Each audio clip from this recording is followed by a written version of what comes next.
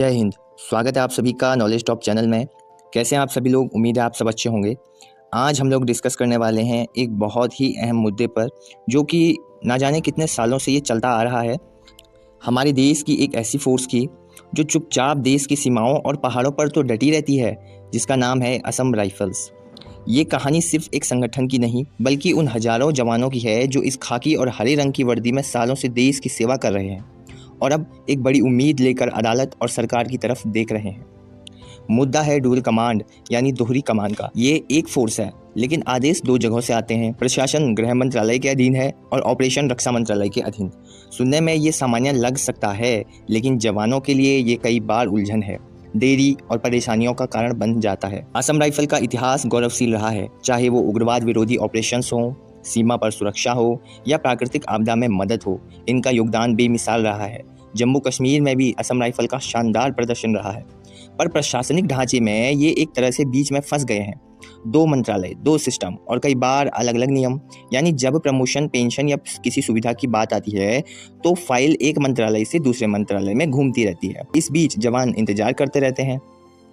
जरा सोचिए, जिसने जिंदगी का सबसे अच्छा समय देश की सेवा में दिया, जो सालों तक घर से दूर पहाड़ों और जंगलों में तैनात रहा, उसके रिटायरमेंट के बाद भी उसे अपने हक के लिए कागजी लड़ाई लड़नी पड़े, ये कितना कड़वा अनुभव होगा। यही वजह है कि Assam rifles ex serviceman welfare association ने कोर्ट का दरवाज़ा खटखटाया है।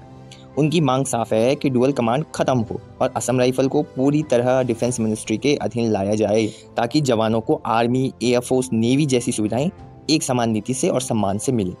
सरकार का कहना है कि असम राइफल का काम खास है। एक तरफ ये CAPF यानी सेंट्रल आर्म्ड पुलिस फोर्सेस की तरह भी काम करती है और दूसरी तरफ इंडियन आर्मी के जैसे भी इनका काम होता है। इसीलिए यह मामला संवेदनशील है और फैसला जल्दी लेना आसान नहीं है। इस पर कैबिनेट कमेटी ऑन सिक्योरिटी जैसे उच्च स्तर पर चर्चा होती है, लेकिन जवान पूछते हैं चर्चा कब तक। दिल्ली हाईकोर्ट में ये मामला कई सालों से चल रहा है। कोर्ट ने सरकार से बार बार कहा है कि या तो स्पष्ट नीति बनाइए या जवानों की मांग पर ठोस कदम उठाइए, पर अब तक अंतिम निर्णय नहीं आया है। तो माननीय कोर्ट में ये मामला अभी तक भी लंबित चल रहा है। दोस्तों, हमें याद रखना चाहिए कि जवान सिर्फ तनख्वाह के लिए सेवा नहीं करते हैं, वे अपनी ज़िंदगी और परिवार का सुख चैन देश की रक्षा में लगा देते हैं। उनकी ज़रूरतें भी आम इंसानों जैसी होती हैं, समय पर पेंशन, बच्चों की पढ़ाई, परिवार की सुरक्षा। अगर डुअल कमांड हटाने से ये चीज़ें आसान हो सकती हैं तो इसमें देरी क्यों? सोचिए, अगर असम राइफल्स डिफेंस मिनिस्ट्री के अधीन आ जाए, एक ही चैनल से आदेश होगा, देश फैसले होंगे, आर्मी जैसी मेडिकल और CSD सुविधाएं और प्रमोशन पारदर्शिता होगा। जवान और उनके परिवार को भरोसा रहेगा कि उनका भविष्य सुरक्षित है, ताकि हमारी जवान अपनी ड्यूटी पूरे जोश से कर सके। लेकिन आज की हकीकत यह है कि मामला अभी भी फाइलों में उलझा है। सरकार कहती है विचार हो रहा है, कोर्ट कहता है निर्णय लाओ, और जवान कहते हैं बस अब काफ़ी हो गया, हमें हमारा हक दो। दोस्तों, ये कहानी सिर्फ असम राइफल की नहीं, ये उस भरोसे की है जो एक सैनिक अपने देश और उसके सिस्टम पर करता है। अगर हम उस भरोसे को टूटने दें तो ये सब हम सबकी हार होगी। समय आ गया है कि सरकार, कोर्ट और व्यवस्था मिलकर एक ऐसा निर्णय लें जो जवानों के सम्मान और अधिकार को सुरक्षित करें।